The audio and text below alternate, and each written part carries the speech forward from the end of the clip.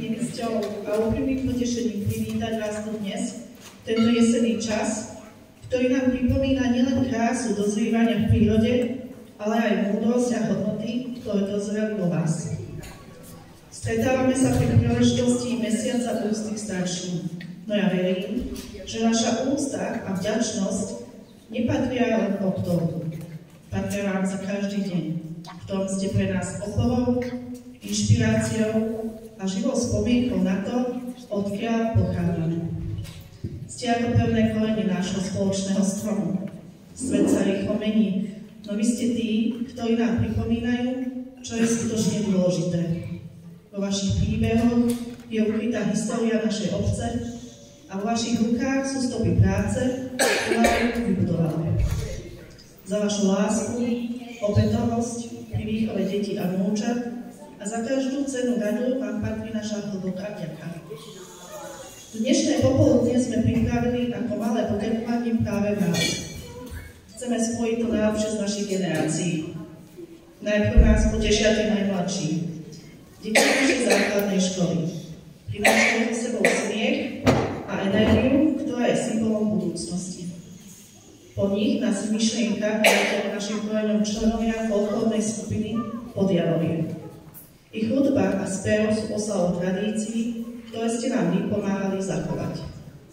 Milí naši seniori, prajem vám z celého srdca najmä pevné zdravie. Nech sú vaše dni naplnené pohodou, radosťou a pocitom, že ste pre nás nesmierne dôležití. Užite si toto popoludnie, ktoré patrí len vám.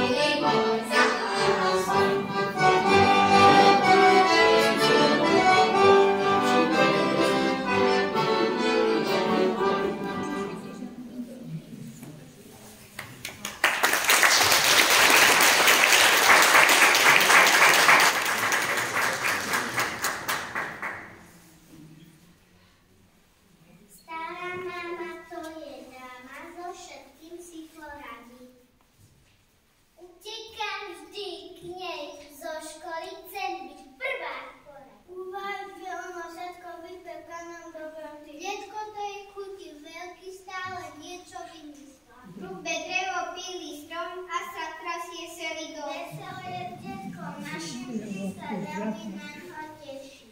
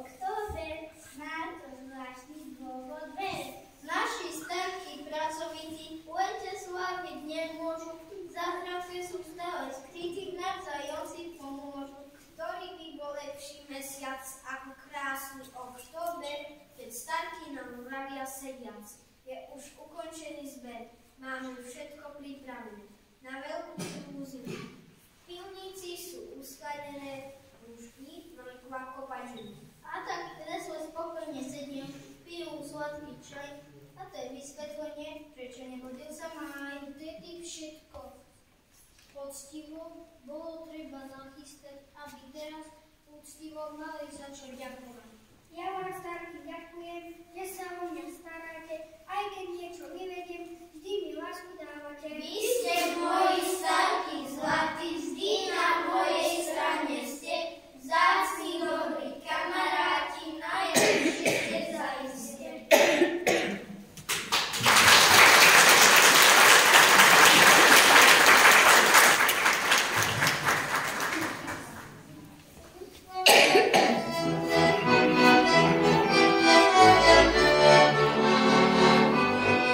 Chodila dievčina